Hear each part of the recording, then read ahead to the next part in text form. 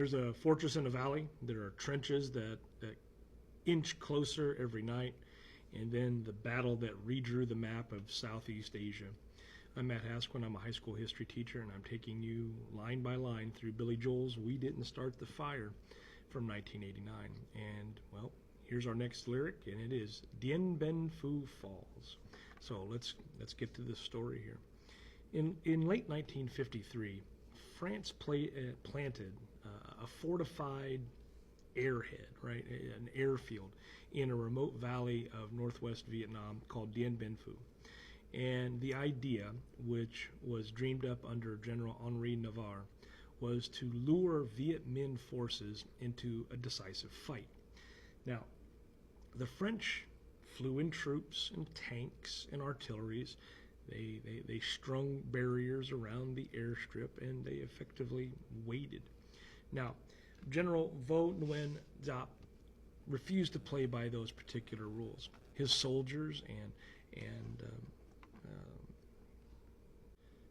General Vo Nguyen Giap refused to play by those rules. His soldiers and his engineers, they cut jungle roads, they hauled heavy artillery piece by piece into the mountains, they dug gun pits into the hillsides, and they ringed the valley with anti-aircraft guns. And by March of 1954, the trap had flipped.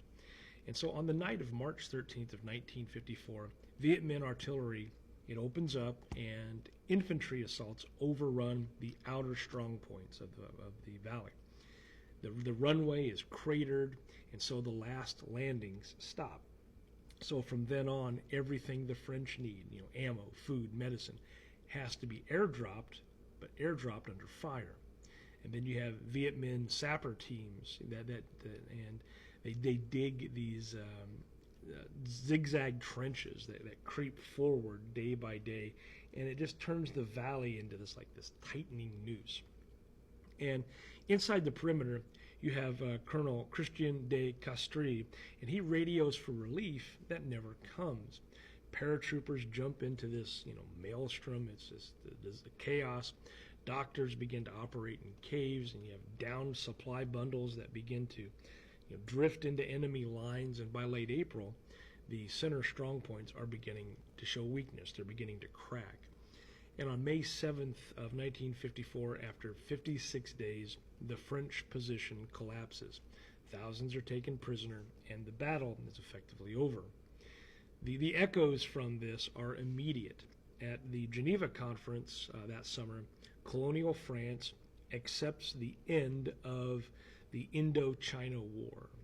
The Vietnam is then temporarily divided at the 17th parallel. There's a northern zone led by Ho Chi Minh and a southern zone under the French-backed government that soon lifts up Dien.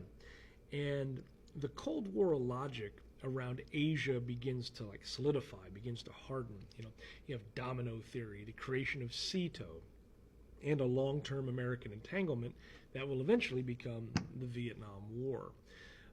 What made Dien Bien Phu different wasn't just the defeat of the French. It was the image of a colonial power beaten by a nationalist army that mixed guerrilla ingenuity with modern artillery siege tactics. It taught every movement, watching around the world, from Algeria to sub-Saharan Africa, that patience and logistics and political will could outlast things like air power that these colonial powers had at their disposal. Now, if we tie this back to the song, when Billy Joel sings Dien Bien Phu Falls, he compresses this 56-day siege into these four words that mark the moment that France's empire in Indochina ended, and the next chapter, which is an American chapter, will begin. Why does it matter? Well, Dien Bien Phu explains the structure of the Vietnam story, why there was a North and a South, why the U.S. escalated, and why a war framed as anti-communism was also a war of decolonization.